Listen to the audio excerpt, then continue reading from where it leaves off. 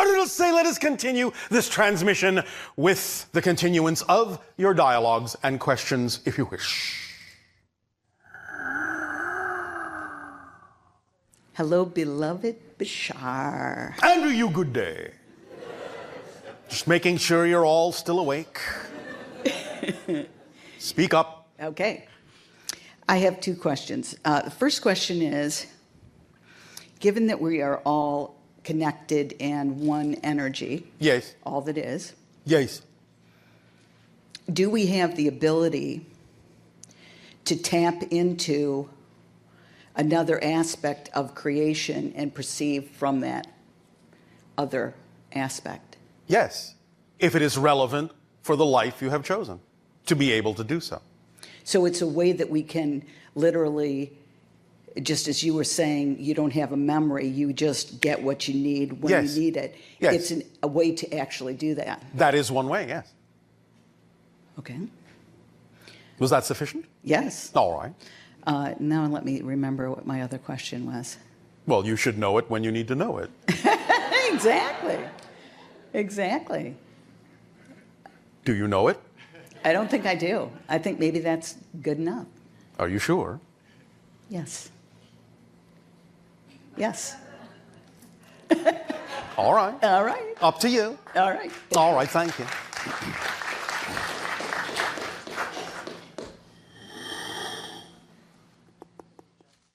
Hello. And you good day. My question for you is that in December of 2000, I was in Sedona and I had a very impactful experience. And while it was a lot of energy and light, it felt clear to me that it was alien in nature. Oh, all right. And I was impacted energetically and physically for weeks afterwards. Yes. My question is, you've said that your ship is above Sedona. It is. I'm not the only one, but mine is too. Thank you. And can you share with me if this was your people and what the purpose of this experience might have been? The Sedona vortex is a very good reflective dimensional energy window or mirror to help magnify or amplify whatever it is your intentional focus is about. So if you brought in the intention to upgrade your frequency, upgrade your perspective and your energy, you were given an opportunity to become sensitive enough to pick up on the energy that is always being sent to all of you from very high dimensional levels, but which you're not always capable of perceiving. But if you upgrade yourself sufficiently, fine-tune your senses sufficiently to be able to do so, then you can receive the kind of an experience that you had. So this was not necessarily from any particular alien group, but just the vortex itself? No, what we're saying is the vortex is utilized that way to amplify, focus, and magnify the energy not only of the natural vortex, but of any connections you may have. Therefore, those on the other end may be very aware of the fact that they are also intentionalizing your experience from their point of view, but at the same time, it's a co-creation. I see. Do you know who it was that may have been in contact with me through the vortex? You are connected very strongly to the hybrid race known as the Yael. The IL. Yes. Could you say a little bit about what my connection with them might be? Well, you have a counterpart in their society. And this counterpart, does he have a purpose in that society? She does. She does. Can you share with me a little bit about who she is? Well, it has to do with the agenda to ultimately allow the hybrid children that are eventually going to live among you on Earth to begin to acclimate to your society a little bit more. I'm not sure what to do with that. You can put it in your pipe and smoke it. I probably will. All right. I figured you might. Is there any way that I can make use of that information in my life presently? Of course there is. When you consider the idea we have shared with you, what kind of a feeling or state of being comes over you? When you think of her, when you think of that connection, when you think even back to the experience that you had, that's an indication of a state of being that is more representative of a more aligned version of you. And in using that as a symbol, as a reminder of what state of being to come from in every action that you take, that can assist you in your life in that way to allow you to be more efficient in your application of that energy in the direction of the things that excite you. Yes? Well, in that moment in 2000 in Sedona, it was a very bright, overwhelming. Yes, I understand. experience. It doesn't mean that you have to absolutely recreate in the same way that experience, because you are a different person now. You will not necessarily experience it the same way. But every time you think back to that experience and remember what it felt like, you are in that energy. In fact, as we have often said, the trick of this situation is that you actually have to be in that state to even remember that it happened. So once you remember it happened, you're already in that state. Even if it feels different than it did before, you're in the version of that state that is now relevant for the person you are at this moment. Know that and come from that state in all that you do, and your life will be experienced more synchronistically. Does that make sense? More smoking? It does. I'm definitely going to need to listen to this recording. If you say so. I wouldn't suggest that you smoke the recording. No. I won't. Well, that kind of leads into my second question. Yes. Which is that, and this is a less formed question, it's a little vulnerable. A little vulnerable? It feels vulnerable. Well, yes. Does that mean weakness or strength? Strength. Thank you. I'm 45 and You're a whippersnapper. Thank you. And I really feel that deep evolutionary partnership has really eluded me thus far in my life, and it's something that's been a real missing. And it's something that I haven't fully understood. Yes. What is in the way? Maybe nothing. Maybe your assumption that you need that is in the way. Maybe. So the idea is fulfill yourself and then allow, not make, not force, not need, allow the reflection to come of the fulfillment you have created within yourself. I agree. Understand? Yes. That's how it works. Does my connection with this female counterpart have anything to do with my relationships in this reality? It does. And you can use it that way to create an energy state within yourself that is a more appropriate reflection of what it is you would be able to attract. Is there a particular practice that would serve that? I already gave it to you. Right. Anytime you remember the experience you had, you're in the proper state. Be in the here and now with that and act from that state on all the things that are representative of your preserved self. Yes? Yes. All right. Does that help? I think so. And again, remember, any kind of practice is a permission slip, which you have the imagination to create for yourself, because the ones that seem most exciting in your imagination, any kind of ritual, technique, or tool that your imagination comes up with, is a direct line of communication to your higher mind telling you that the reason that you're attracted to think of it this way is because this is what would work with your belief system right now. Yes. So you have the ability to invent your own permission slips, remembering, of course, all the time that you are your primary permission slip. Yes. Because the permission slips aren't really doing anything for you except allowing you to believe that they are, which allows you to actually do what you need to do. Does that make sense? I think so. All right. Yes? The last question I have is simply, you spoke about how there are billions of realities happening simultaneously. Well, there's an infinite number of realities happening simultaneously. The billions was a reference to the idea of how many parallel realities your consciousness is passing through per second to create the illusion of time. Okay. So if time is an illusion... Yes. It's a real experience, right? But mechanically it's an illusion. Yes. What is all of that contained inside of? Nothing. Then what allows it to exist? Everything. all of the... Remember, the idea you are speaking of, the question you are asking, what allows it to exist is a question within existence. Yes. Existence is not subject to time. Time is subject to existence. So the questions of what allows it simply goes back to existence is what is. Nothing allows it, it just is. That's its nature, that's its quality, that's its property. It doesn't need to be allowed to do anything. It is that which allows for everything. And so inside of all of that... There is no real inside, but we understand what you mean. Within, yes. There's no within, but we understand what you mean. There's no inside, there's no outside. Okay. It just is. Remember, the discussions of these things are being discussed in linear space-time language. Yes.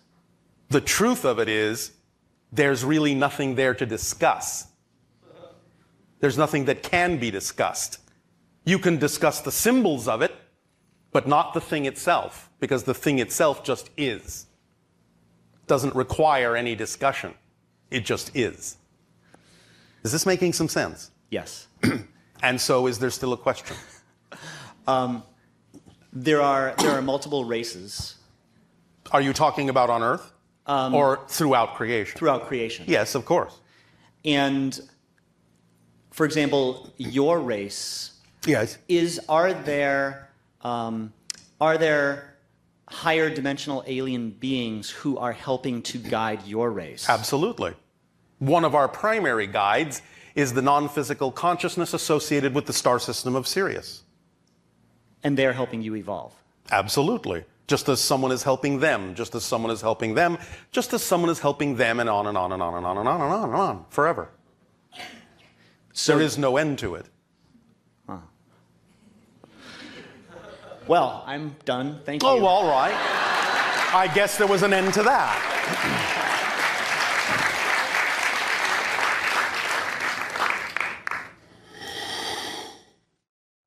Hi, Bashar. And to you, good day. I wanted to ask some questions about history on Earth. Yes. But my first question, since everything is in the present, Yes. what is history? History, again, is simply your perception of another existing now, but from a linear space-time perspective, which allows you to perceive it as if it was in the past. Mm-hmm. But all of that exists right now. Just look at it as a pile of alternate realities all coexisting simultaneously that you decide to focus on in such a linear way that it makes it look like one thing caused another, but they are actually completely disassociated from one another, completely. You're the one creating the continuity you call your history. And of course, remember, when you change who you are as a person and you change the reality you live in, you're changing your history as well. You may not always know that you have changed your history. Because if you are really creating a continuity of a reality and a new history that goes with it, the new history that goes with it will more likely than not, with a few exceptions, make itself appear to be the only history you've had in order to form a foundation for the reality that you're now experiencing. So 5 minutes ago, you may have had, literally, collectively, a completely different history, but you won't remember that because what you think of as history right now will seem to be the only history you've ever had. Is this making some sense? Okay, yes. I'm going to have to get the tape, too. All right. The question I had about the history of religion, Yes. gods and philosophy. Yes. Like, I know in ancient Egypt there were many gods. And then Well, there were many representations of the idea of all that is, yes. Okay, so in Africa also, like, Yes. there's, Well, they're all true. Because you cannot imagine something that is not part of all that is. So anyone who wants to say, well, this is a representation of God and this is a representation of God, both are correct. Okay. There's no contradiction there. Okay. So when in Buddhism, they talk about the gods of the sun, and Yes. the moon, and the stars. But again, you are creating representations, interpretations in your linear understanding of symbols that work for you to represent the vibrational energy of an aspect of creation that you're calling a god. It's just language. Oh, okay. And these exist. They all within- exist. Within ourselves also, because we're all one, right? They exist, Within. yes. Again, the- everything exists within, just to use that word again, because there really is no without. Thank you, Bashar. Does that make sense? Yes. See, all right. Thank you. Okay. Just one more thing I wanted to say. This Yes. voice challenge that I've been having for many years, I feel like through breath work, I'm learning more to heal it All right. through my breath. Then good luck on your process and congratulations for your challenges. Okay. Thank you, Bashar. Our love to you.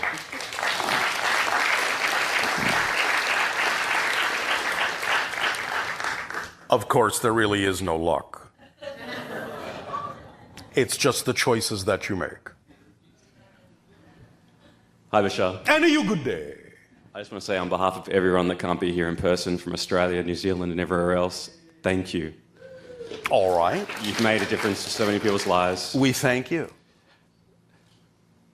My excitement is to be a guide and a teacher and an acclimator for the hybrid children making their way to the earth to blend and to learn.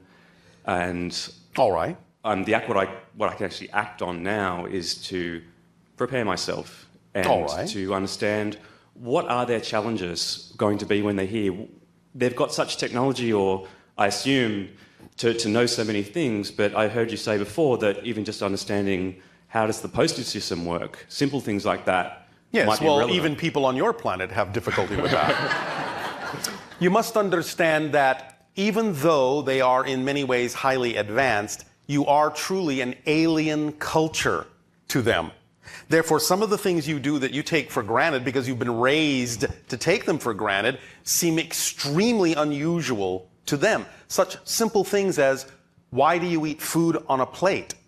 Why do you need a fork? Can't you just eat it with your hands? You can, sometimes, but other times it's considered rude. Well, that's very confusing to them because it sounds contradictory. Well, when do you know if it's rude? And what is rude anyway? Do you understand Yes, how I do. this can get very complex for them? They really are very alien to you in terms of your culture. Therefore, they need a lot of acclimation, a lot of guidance, a lot of training. That's why some of them, some of the ones that have actually progressed a little bit farther than others, are actually temporarily living among you because they have learned enough to see if they actually fit in. Sometimes you will recognize them, sometimes you won't. Some of them actually have apartments. Okay. They are procured for them by those who oversee them, which is another hybrid race altogether, and act as their guides and act as, in a sense, their protectors on Earth. They acquire things for them because they have more familiarity with what's going on your planet and help them learn how to go through what would be considered a typical daily life on your planet. Now, that doesn't mean that they have to do everything that you do, because certainly they have their own culture as well. And some of that will blend into your society over time, which is the beginning of the creation of the sixth hybrid race on your planet. Nevertheless, they don't really want to stand out that much from you. They want to be accepted as family. They want to accept you as family. And so they are doing their best to sort of meet you halfway. But there will be some unusual things about them that you will enjoy. In terms of meeting them halfway, I understand that there might be some eating habits and a whole bunch of things that we do that might be a bit disgusting even, I think. This is a word you've used before. In terms of their tolerance and their patience and their willingness to fit into our way of being, how can I meet them halfway? Are there certain things that we can change about ourselves, like yourself is trained as a first contact specialist to ease the path? Yes. Is there certain things I can do to change myself to kind of meet them halfway? Well, again, it all comes down to acting on your highest joy to the best of your ability with no insistence on a particular outcome, because that increases your frequency to the point where you are capable of receiving the imaginations and the inspirations to do what you need to do, because you're already existing on that level, you already have that intention, and therefore the ideas will come. It's important for you to understand that every single circumstance, every single situation actually has, though not a built-in meaning, a built-in structure. So when you go about manifesting and creating with your imagination, your creativity, a circumstance, an idea, a situation, an opportunity, there is a built-in structure that then can automatically unfold. You don't have to do that much once you have used your creativity to set up a certain circumstance. The structure that's inherent within it will allow that to flow into your reality along that structural guide path, and it will fit as it needs to fit naturally. So you don't have to do so much engineering. You just have to sort of creatively make space by creating the fundamental circumstance or situation that's even sometimes just symbolically representative of a reality. In other words, mock it up. Got it. Physically mock up what you think it would look like. The closer you can get to what you perceive as an actual physical reality version of it, again, not that you have to insist it must look that way, but the closer you can ground your vision into actual physical action, even if you are, in a sense, mocking it up, creating a simulation that does carry a certain vibratory frequency to your mind. And when you create that vibratory frequency and immerse yourself in what you might call a real physical virtual reality representation of an idea, then your body consciousness starts to actually respond to it as if it is actually real. Remember, when your brain perceives that the information you're receiving is actually real, it retains up to 60 to 70% more of the information than when it knows, in a sense, that it's a simulation.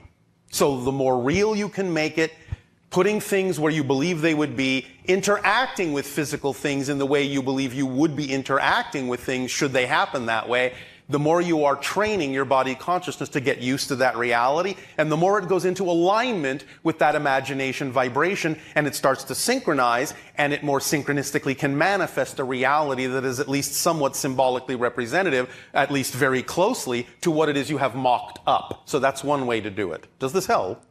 That's perfect, thank you. Does this sound like fun? It already is fun.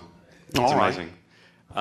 You've talked about the economic system, potentially the future of an individual's worth being valued rather than a currency transaction. Eventually. I didn't quite understand what that means. Obviously, like teachers in Australia anyway are quite, in my belief system, undervalued. They're paid less. Yes. I don't understand what you mean by the worth of the individual will be valued instead of monetary. What is the value of someone being able to teach you something that you truly need in life to accomplish what you wish? What is that value? It's priceless in my estimation. Exactly. So when everyone is priceless, you'll all be abundant. You'll all have the ability to share whatever it is you need to share and receive whatever it is you need to receive because of the synchronicity that will then be paramount in bringing together those that need what others have and vice versa. I understand. Okay. Does that make sense? So the synchronicity will be much more present and people will give and receive as they need and it's less... Synchronicity will be the currency. Got it. Thank you. Thank you. One last question. Yes. In Australia, I understand that Ayers Rock or Uluru is a chakra or a strong vortices. Is there others strong vortices on the east coast of Australia? Yes, what about it? What are the locations of what they... The major one is what you call Ayers Rock, yes. Other than that, on the east coast, so Byron Bay or Sydney or Melbourne, are there other strong vortices? Of course there are. There are many. But the primary one is in the center. Okay, right. The others take their cue from that. Okay. Yes? Thanks, Bashar. Thank you. Much love. And to you.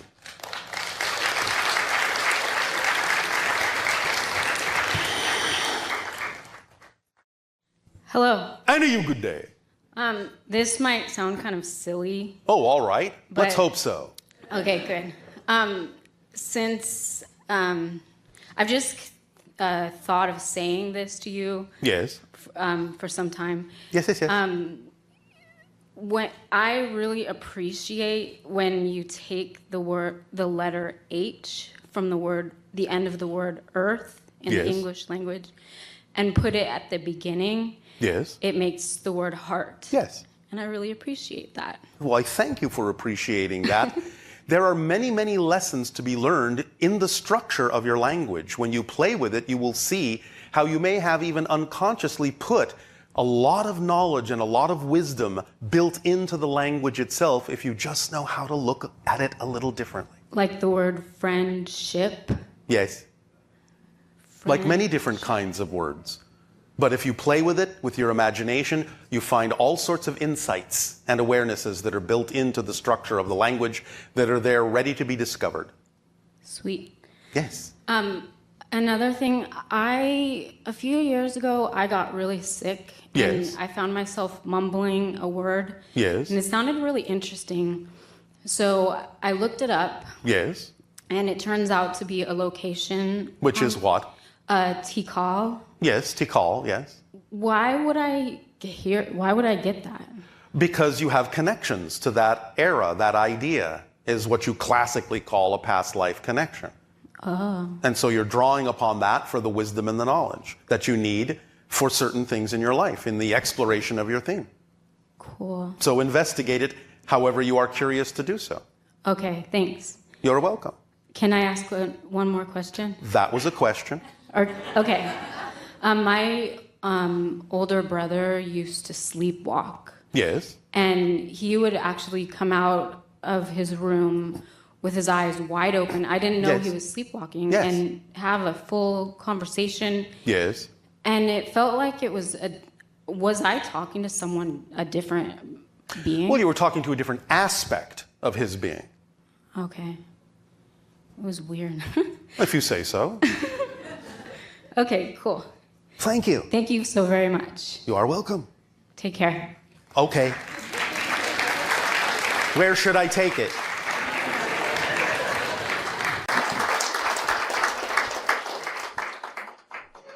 Hello, Bashar. And a you good day. Thank you so much for always information. It helps me a lot. All right. Thank you for making the information your own so that you can help yourself. Okay. I have a question. Do you know about tachyon energy? in Yes, the we universe? understand. Many of the people on your planet that think they're using tachyon energy are not really doing it in a way that makes much difference. The technology to tap into the idea of tachyon energy is quite different than what many people on your planet are doing. Now, it doesn't mean you can't access tachyon energy yourself. So what they're really doing is simply creating a permission slip that allows you personally on a biological level to open up to using tachyon energy more efficiently. But the devices themselves are not really a technology that takes advantage of processing tachyon energy. They're permission slips that gives you more permission to use the tachyon energy yourself. Okay, thank you so much. Yes. And I saw the picture. It calls light mandala, and that's a machine using crystal and light. Yes. And put some patterns on the skin. Again, this is another permission slip. Right. You understand this concept, yes? Yes, I understand that. So use whatever permission slip you believe works for Okay. you. Thank you so It's as much. simple as that. Right. Okay. And yesterday, Yes. one of my best friend Yes. passed away. Oh, all right. Right after that, Yes. I felt like he chose to leave this earth, and Yes. then he's still enjoying his journey. Even though he passed away. Well, of course he is enjoying his journey. Right. And the timing of these things is usually because then it turns your attention toward the spirit world to pull you along up the ladder to increase your vibration because you wish to reach out to that person. So it expands your senses and you can learn to still communicate with them. Just because they're in spirit doesn't mean they're not still part of your life. It doesn't mean you can't learn to communicate with them. So now your attention is turned toward the idea of the spirit realm, and you can allow yourself to let that energy into your system so that you can become more sensitive to communications from your friend and from the spirit level. Okay. This is often why people will die at certain times to bring your attention forward into the spirit world, because it helps you. It helps you on your journey. Thank you. You are welcome. Okay. And then Yes? I am dancer. Yes? I've been working many years as a dancer. Is this your excitement? Or at Yes. least one expression of it? Yes? This is one expression of your excitement? Yes. All right. Yes. And I'm following my passion. Yes? And so? And so many synchronicity happens. Yes, of course. That's what happens when you follow your passion. Yes. Synchronicity increases. Yes. And Yes? I just want to share my experience. Like Yes? before, I couldn't imagine I can eat and live and, Yes. being dancing, being artist. now and you then can. Yes. Yes, well, thank you. Thank you so much. You are welcome. Thank you so much.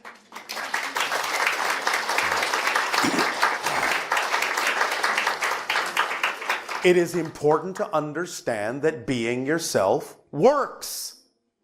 The most difficult thing you can possibly do in your life is try to be someone you're not. So stop resisting who you are. Let life work. Allow it to work. Isn't that right, Nania? How did you know? What do you mean, how did I know? I know because I let life work. Oh, that's a little spooky. Oh, spooky Bashar. All right. Well, it is approaching your Halloween. So time to be a little bit spooky. Well, Ooh, I have to admit, sometimes I'm haunted by you. aliens. Oh, wait. Alien ghosts. Even spookier. You're so funny. Oh, wait. Funny alien ghosts. All right, not so spooky. Yeah, spooky funny. Oh, all right. More spoofy. Oh my goodness. Yes. So we have some Ustream questions. Yes. How do I stay calm during a contact experience? Yikes. When you are in the proper state, calmness will be automatic. It'll be part of the experience because you will be ready, truly ready. So it's built in. So how about all the people that get like freaked out and they run away? They're not ready. Oh, I see. So there's nothing you can do to stay calm? I mean... Yes, be in the proper state. And you already all know how to get into the proper state. Go to Arizona?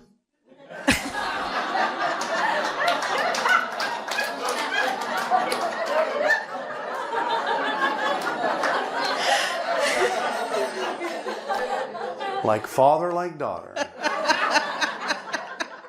Now who's being spoofy? And by the way, Yes. yes. That's one of the states because that's the state our ship is above. That's right. In fact, somebody wanted to know how many miles above are you these days? 853.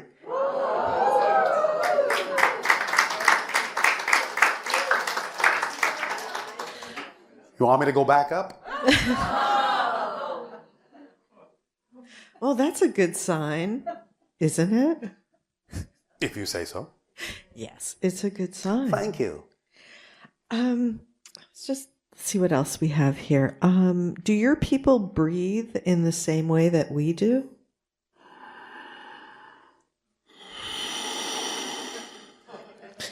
Sort of. Yes. Yes. Yes. Although we take in more oxygen and accelerate the energy in the oxygen in a very different way than you do. It creates a much stronger electromagnetic field around our bodies. And the electromagnetic field is partly how we breathe. You too, but you don't know that yet.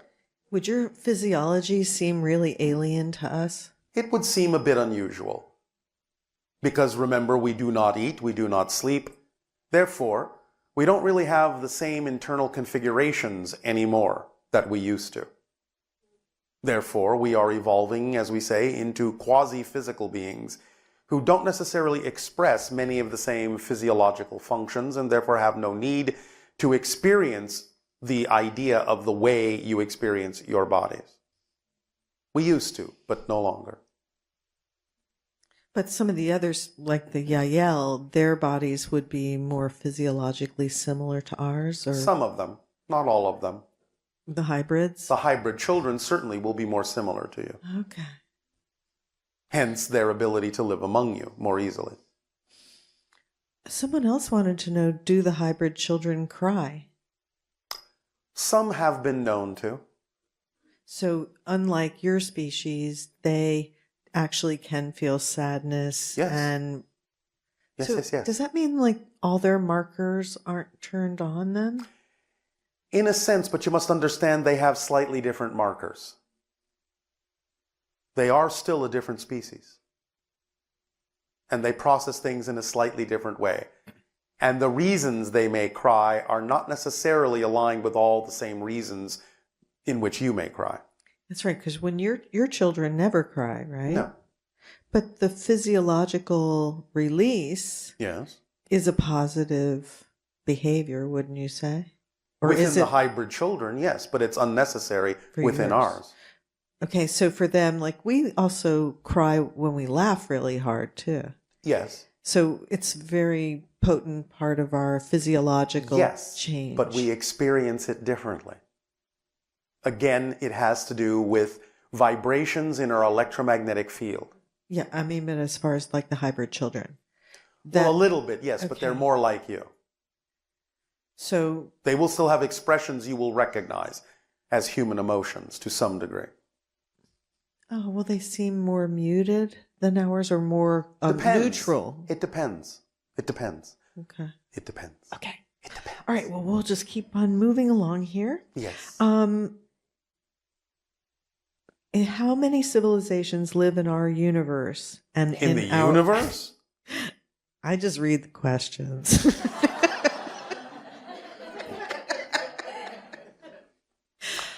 We are aware. We are aware. Now, this doesn't mean we've met them all. We are aware through communications of approximately 65 million civilizations.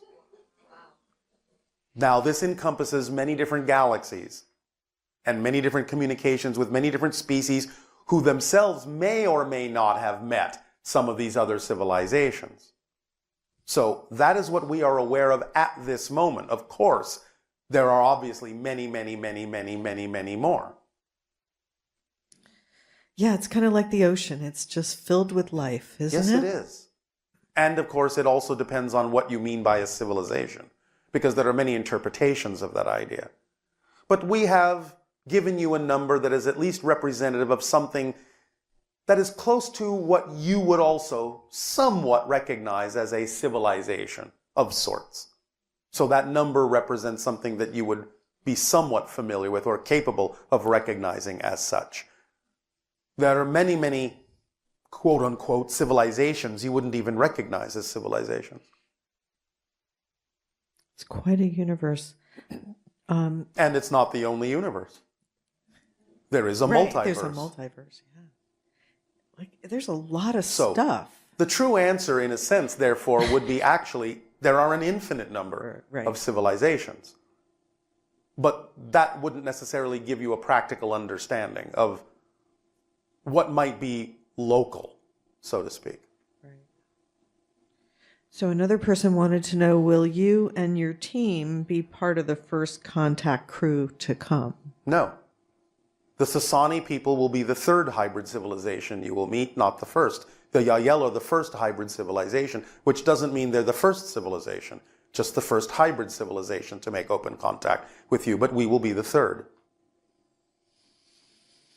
And then on another topic, someone asked, is the chance of a female president still 88%? Give or take. Yes, give or take. Okay. And probably lastly, Yes. where does writer's block come from, and how can a person overcome it? Writer's block comes from inflexibility with what's happening and assumption and expectation of what needs to happen instead of exploring why the writer's block is there. Because it isn't really a block, it's an arrow pointing in an unexpected direction. And if nothing else, if you experience what you call writer's block, write about the writer's block and then you won't be blocked. That's very clever. We have been known to be so from time to time. Yes, you have. Is it time for your break and your holotope? Well, could someone tell me what time it is right now? Oh, so actually, we have about 20 minutes left if no, you're up you have for about it. 15. Okay, so how many names would you like me to pull? You may pull one at the moment. All right.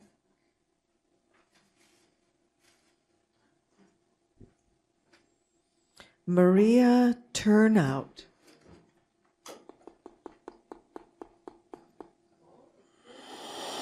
Yes.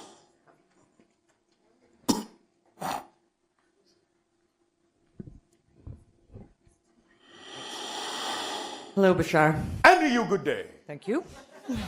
Making sure you're all awake. Good morning. A couple of years ago now, it was an extraordinary night. It was just so beautiful. I was enjoying myself immensely. I'm driving over the hill down into the valley here in California, top down, and I look up. Your top was down? My top, my convertible. You said you were enjoying yourself immensely. My convertible. Oh, all right. And I look up. You have a convertible top. What does it change into? A convertible car. Oh, all right. Yes. I look up. Yes. And there's two massive globes in the sky. And I'm saying to my friend that was sitting beside me, look, look, look. And nobody seemed to see it. And I'm looking up, and they're zipping up and down and around. And, and then as I'm saying, look, shoom, they shoot straight up and disappear. Yes. And this is quite common. And but that week I became very almost ill, and I very seldom become ill. Because you were processing higher level energies and weren't used to that yet. You had to stretch to accommodate them and get used to that frequency. There was some resistance just because of the way that you're used to thinking of these things. You just had to let go of the old paradigm, that's all. It helped stretch you out. Okay. And in helping me stretch out, how did that change me? It opened up new paths for you to expand your senses and act more in alignment with your true frequency. Okay. And so, what are you doing with that experience? A whole lot more research. Into? Higher dimensions, I guess. All right. Becoming more. Is that fun? Oh, it's tons of fun. All right. So it inspired you. Yes, very much. To go more deeply into that subject, yes? Yes. Well, that's exactly what happened for the channel. So look where you could wind up. So maybe, maybe not. Because energy runs both ways. Yes. Correct? Yes. It's hyperconductive, not just superconductive. Goes in a multitude of directions simultaneously. Oh. Okay.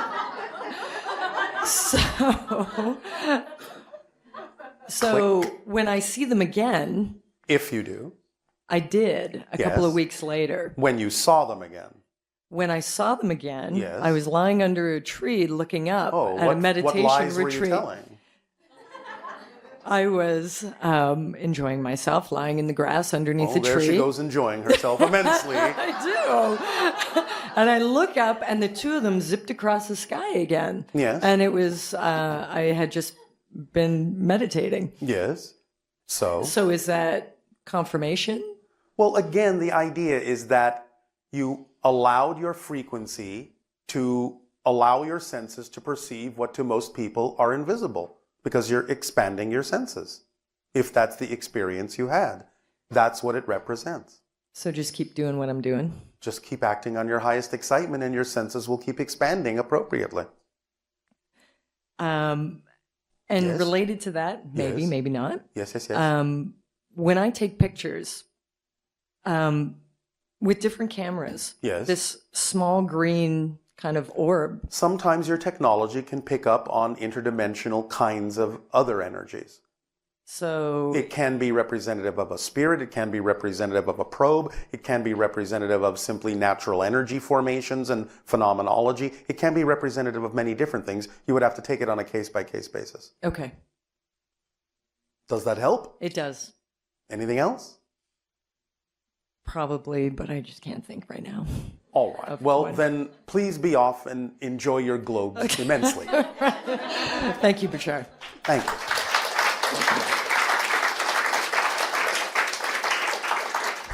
Can I draw another name? One.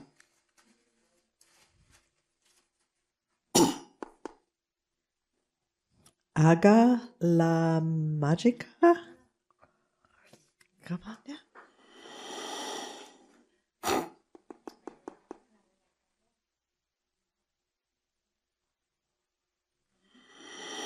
Hello, Bashar. My name is Chris from Nevada City, California, and I was wondering if you could tell us if there are any significant undiscovered planets in our solar system.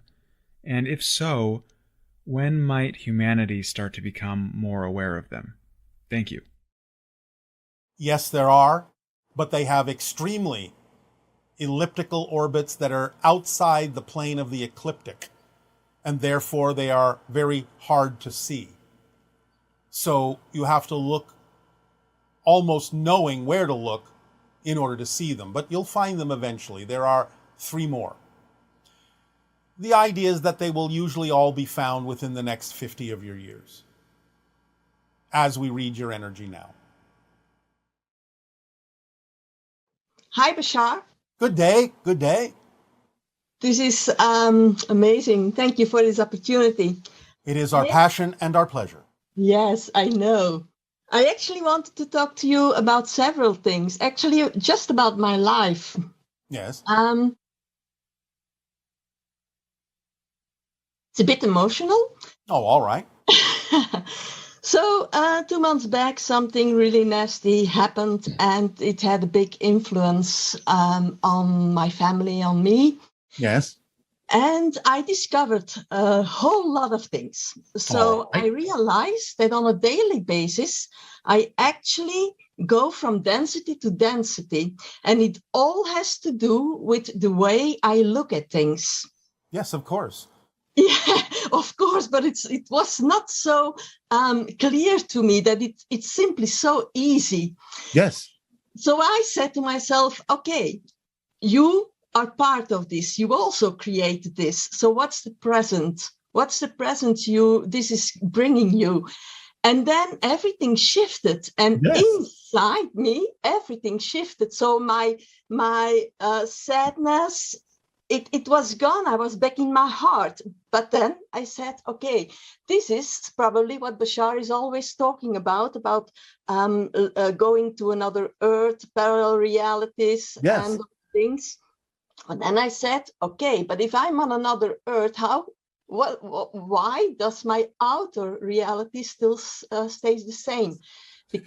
But it's not the same. It's not the same. Okay, but when it's the same in my head then probably. And that's all it is. Yes. So when I come into this room, in my head, I know there are several things in this room. And Yes. that's why it stays the same. So if when I can bring myself to the belief that One moment. Yeah. There is a joke that exists on your planet that is a perfect illustration of this idea. The joke is, someone says, I came home one day to find that every single thing in my house had been stolen and replaced with an exactly identical copy. Do you understand? It may look the same, but it's not the same. Yeah. This is so amazing, because I have apparently this little voice in my head that tells me the same thing, but I'm not allowing myself to believe my inner knowing. Yes. Well, there you go. You've solved your issue. Yeah. Now all you have to do is find the belief system that keeps you from knowing what you say you do in fact know. It seems that I'm not allowing it, because Why? Why? Why not? Yes. Well, I don't know. Well, yes, you do. Because you just have to ask the right question of yourself. And that question usually is, if I allowed myself to know this is true, what am I afraid of? What am I afraid of? Yes. If you allowed yourself to know these things, what are you afraid will happen? Are you afraid you'll be thought of as crazy? Are you afraid you will lose people in your life? I think that I might be holding on to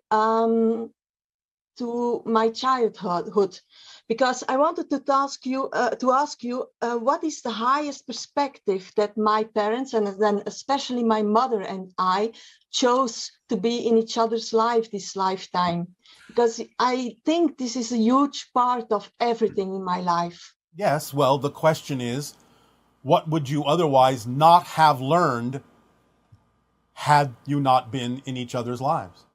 But can it be that simple, that what she did was reject me in every way, but I didn't realize that I was rejecting myself? Well, there you go. That's one lesson you have learned because of the situation that you agreed to participate in. But that's what we do as humans. No, that's what you do when you learn to do those things. It is not natural to humans to be that way. It's a learned experience down through the generations. It's not done just because you're human. Oh, but maybe I didn't express myself. How can wait, where was I? The idea that you are talking about is something that certainly has become a habit in human society. What I'm saying is it's not your natural state to reject each other. No, but I have been canceling out this natural state since my childhood. That's the truth. Yes. So you gave yourself something to change, something to transform, something to learn how to transform. Most of you don't understand this. You give yourself certain experiences of darkness so you can learn to transform the darkness into light, because there are much bigger things coming up in the future that you will have to have had the practice transforming those personal things in order to be able to transform larger collective things in the future. And is this because I'm holding on to childhood stuff that I'm afraid of my power? Because I think that we humans have a whole lot of power. Of course you do. You're creating your reality experience. You have to have power to do that. But let me ask you a question. If you understand that you're shifting through different parallel realities and that you are truly a different person every moment, is the childhood you're referring to actually still your childhood? No, but it is a good box of awareness for me. Take what works from it and recreate that, but you don't have to take all of it if all of it doesn't work for the person you are now. Yeah. You get to decide. Yeah, I can decide. I can choose. I want two other things, if I may. Quickly. Yes.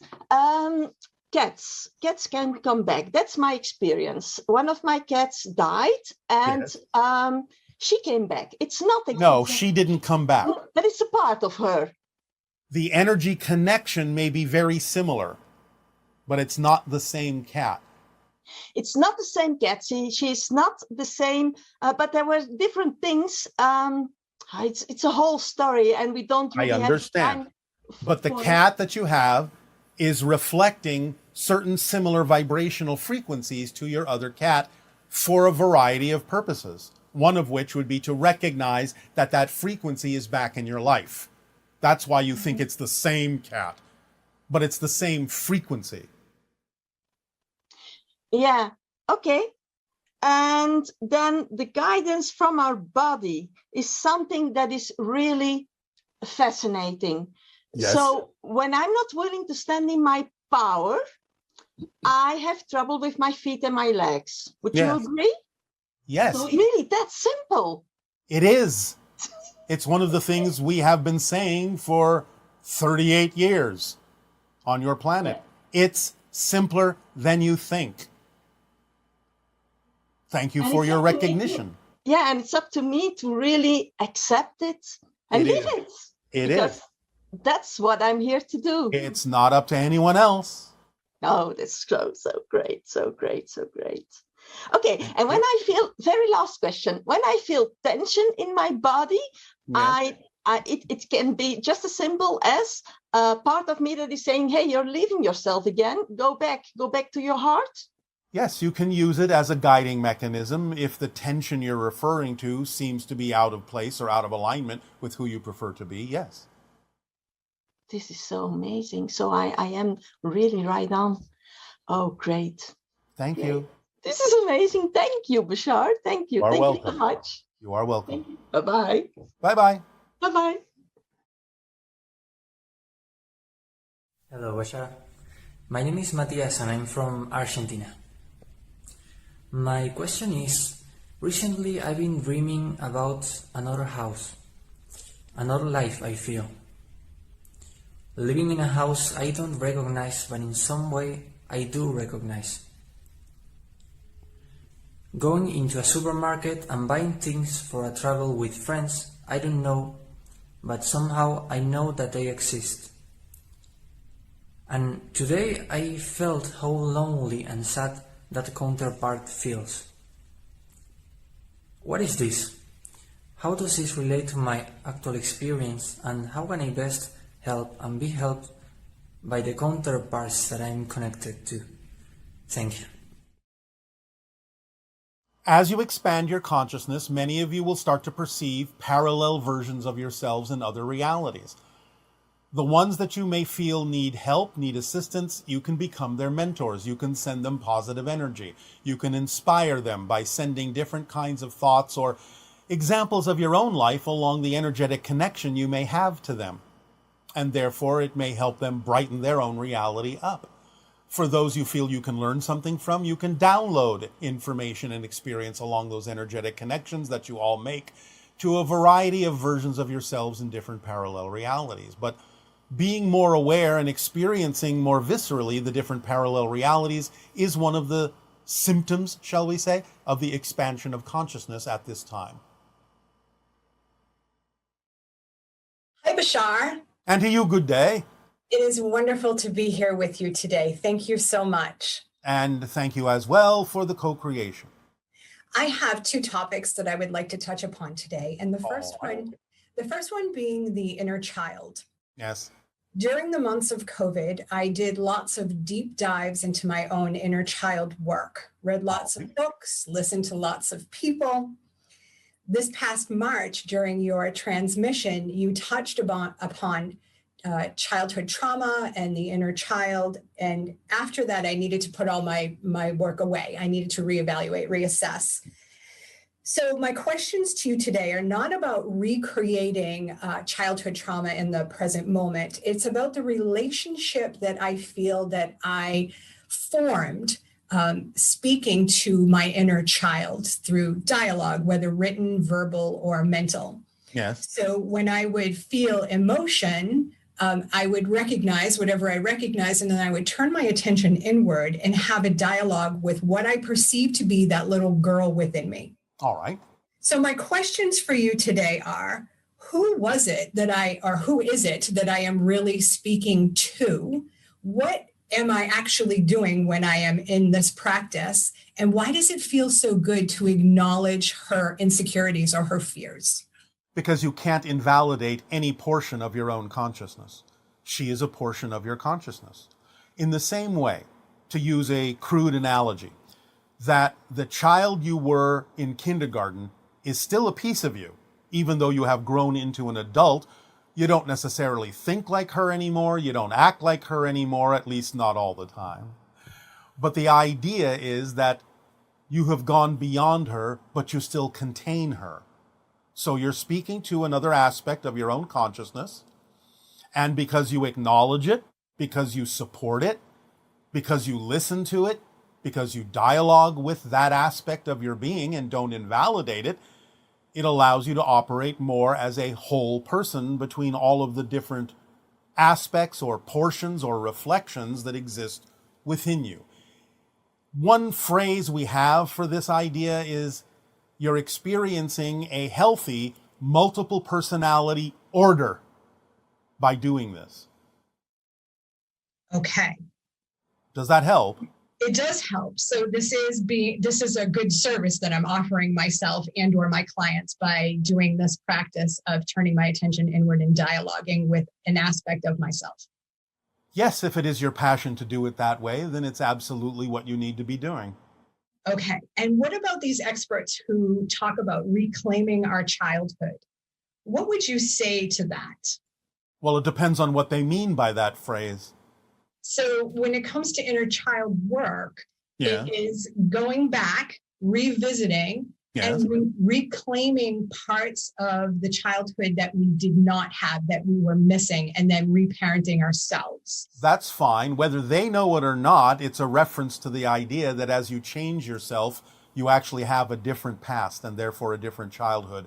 So in other words, you can actually make a connection to the idea of a different child within you as the new personality you are now. And that's one version of reclaiming your childhood, creating the version that would work for the person you are now, that would grow into the person you have become now. So different people may mean different things by that phrase, and we can't necessarily attest to the idea that they all think the way we have just described, but nevertheless, that's one way of looking at it. Great.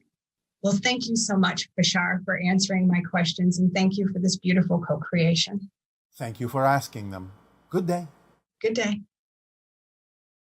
Hi, Bashar. This is Rokas from Lithuania. I'd like to ask you, when we are going to go through the life review, if we choose to do that after death, will we review the history that we remember at the moment of dying, or will we review all the different histories that we have gone through and shifted through our lifetime? Whatever is relevant for the theme you were exploring. It might be what appears to be a single history. It might be a multitude of them. Whatever is relevant for the theme you are exploring and what will advise you best and inform you best for the choices that you will next make. Hey there. Hey, Bashar. Good day. Good day. First of all, it's an honor to meet you. Thank you and Daryl for doing all the work that you are doing. Our passion and our pleasure. I have a few topics, so let's just dive right into it. First, I want to first ask you questions about, more about yourself and the Sasani. Yes. I know that you followed in the footsteps of your father, right, to become a contact specialist. Yes. What drove you to do that, and what other sort of career paths or life paths are available on your planet? Well, many. I am also a sculptor. That's part of my passion, expression. An explorer in general, in pure form. That's also part of my passion. And there are many other kinds of artistic or exploratory endeavors or encounters that can be had. Some people are directly, literally, living among other civilizations that are not our own to learn from them in a variety of ways. in the same way that you might visit a different country and live among the people there to pick up on and understand more clearly their ways of doing things, their expression of creation. There are many things that we can do. Gotcha. So it's all really driven by sort of whatever is exciting, whatever is creative. Whatever is Okay. the key frequency of our being at any given moment, yes. Now, you've channeled for over 30 Earth years through Daryl, and what's been your experience of that passage of time? Is it the same length, or is it more sort of, compressed? It's much more compressed. A conversation we may have with you today and a conversation we may have with you a year from now in your time may actually, from our perspective, be back to back. Mm. It just depends on what is necessary for our understanding of the content of the conversation. Sometimes there may be a need to understand that time has passed in your experience. Sometimes there may be no need for that at all. Interesting. Okay. And then how many other, I guess, contact specialists are in contact with people on Earth right now? It fluctuates, but the average is around 150 from our civilization. Oh, wow. And then there's others from the IL and other civilizations as well. Yes. Gotcha. Interesting. Okay, so on your planet, you had the Shakana experience, right? Yes. And before that experience, what was the civilization like? Like, for example, did you have money? Like, what was life like? We've never really had money. We had much more of a head start evolutionarily than you have. But the idea is that we still had the experience of negativity. We still had some experience of disease and separation and so on and so forth. But we got to a point where the scales were tipped by the majority of the energy focusing in a more positive direction, which then brought about the reflection of the Shakana experience for all, who at least were open and willing to experience it that way. Those that did not, those that had another path, instantly disappeared from our civilization. When you say instantly disappeared, what do you mean by that? They shifted to another reality where we could no longer perceive them. I see. Gotcha. Fascinating. Okay. Well, I guess on that thread, let's talk about the Earth's transition that we're in right now. So it's really exciting to hear there's going to be more crafts and things like that. Yes. Are there any particular places you'd recommend people gather or go to? Wherever you are attracted to, although we have already said that Joshua Tree area is very important energetically as a vortex that has to do with the crossing and passage of many different civilizations, or let's just say it's a major traffic line. Gotcha. Okay, that makes sense. Okay, so what about sort of the role of technology on Earth? So right now we have tools like this that allow us to create sort of a shared connection and empathy, but we have also other technology that creates more separation. Yes. So is it better for us to use these tools as sort of a stepping stone to build that ability for intuitive connection? Or is it better just drop whole technology and just focus on those more intuitive? Different people will do it in different ways. There's no one right way to do it. Different people will do it in different ways. Depends on how they relate to the idea. Gotcha. Okay. And then we're also dealing with climate change. And you mentioned previously that spreading particles of gold is sort of one method. Why is that something that would actually help? Because it reflects the idea of sunlight back out into space and lowers the temperature of the planet. Gotcha. And it's also inert and lasts essentially forever. It doesn't decay. That makes sense. And so is that the same reason that the Anu people originally came to Earth? Yes. Were they also dealing with that sort of similar style of climate change? Even worse. Interesting. Okay, interesting. Okay, so another topic, parallel incarnation. So you've shared that there are souls and then oversouls and then oversouls and so on. Yes. But at the same time, we have the ability to connect to any sort of parallel incarnation that's ever been in existence. That is relevant for you to connect to, not anything. Oh, interesting. If it's not relevant, you won't connect to it, because why should you if it's not relevant? Yeah. And so do you have like a limited number of souls as a part of your own oversoul? Well, the entire population of our planet is much lower than yours. On average, it remains relatively stable, give or take, around 300 million. Okay. So in a sense, we generally, with a few exceptions for a variety of reasons, sort of all relate to a single oversoul for our civilization. And so for humans, is it similar? Is it more like 7 per oversoul, then eventually you get to the human oversoul?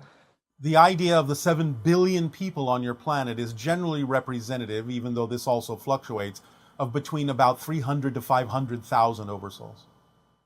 Interesting. Okay. And now, let's say that's not evenly divided. Yeah.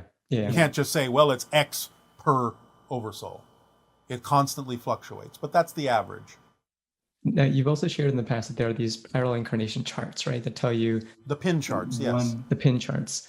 So does that mean that one soul, or rather one oversoul, has multiple incarnations at different timelines? Yes. Usually that's the case. Some pin charts may be adventurous enough to go into more than one oversoul, but generally that's not the case. Okay, gotcha. Let's talk about the formula. So I know you've shared a lot about this. And you may have already shared this particular aspect of it, but one question that I've had is, sometimes it's hard to tell if there is an excitement, if there's other work that needs to be done that may not be as exciting, right? Then you are either making it not exciting or it really isn't your way. There's always another way. If the work really needs to be done, there's always an exciting way. If it really isn't part of your excitement, then that work may not need to be done and something else may take its place. So again, the first thing to always check is, am I dampening the excitement because of my belief systems? Once you've cleared that through yourself and you realize you're not the one preventing yourself from being excited because you might be doing it in a way that is not exciting for you, you might have certain beliefs about what would happen if you did go forward, and so on and so forth. Once you clear all that out of the way, if the excitement is naturally waning, then that's synchronicity telling you, go in another direction. Go in the exciting direction, even if it looks like it's not connected. What is most passionate for you at this moment tells you it's connected, even if it doesn't look like it could be connected on the surface. It's the thread of excitement that tells you it's connected. Gotcha. Okay. Then let's talk about the 5 laws. So you shared that everything is in the here and now, and that the past actually extends from the now. Yes. So you've also shared that it's possible to technically change the past that you're connected to. Well, does that yes. mean that It happens automatically. Yeah. Okay. So does that mean that if somebody had a traumatic experience and they believe that they never did, or are they now connecting to another version of themselves that never did? And if so, is that a way of bypassing that sort of experience? Well, yes, in a sense. But the thing of it is it can't be used, in a sense, as a denial mechanism. It actually has to be truly an understanding that you are truly a different person and that the so-called other past has nothing to do with who you are now. It can't just be used as a denial or a glossing over mechanism. Oh, well, I'm different, so now I have to pay attention to the fact that I'm still creating all these negative beliefs based on the idea of an experience that happened in childhood. Can't be that. Can't ignore what you're creating in the moment. But if you're truly changing, this is what we often refer to as the 13th step. You really have a deep experiential understanding that you are a new person. And many times when you really understand and experience that you are a new person, though there may be some reasons to still refer to the past belonging to the other person that quote unquote you used to be, very often when you really are a new person, there's nothing to remember because it doesn't relate to you anymore. That's gonna be my next question. So if you are truly that new person, you don't even remember being that old person. In many cases, correct. And so in a way, as you're growing, you may not even be aware that you're growing. Well, you'll be aware in some sense, but it may not be that way. You'll always have some sense of measure of change, but it may not be that particular technique that you use. Interesting. Okay. That's very fascinating. And then my last question is, when folks are doing meditation, when they're doing something like Vipassana, we're able to get into these more expanded states of being. Yes. What exactly is that? And then, what do you mean, what exactly is that? You're aligning with more of yourselves, more of the parallel realities, more of creation. You're expanding your consciousness to be more aware of the connections you already have. It's a meditation technique. It's a permission slip like anything else. Some people will find it valuable and some people will find other things. Gotcha. Awesome. All right. Awesome. Yeah. Thank you so much. Thank you. Good day.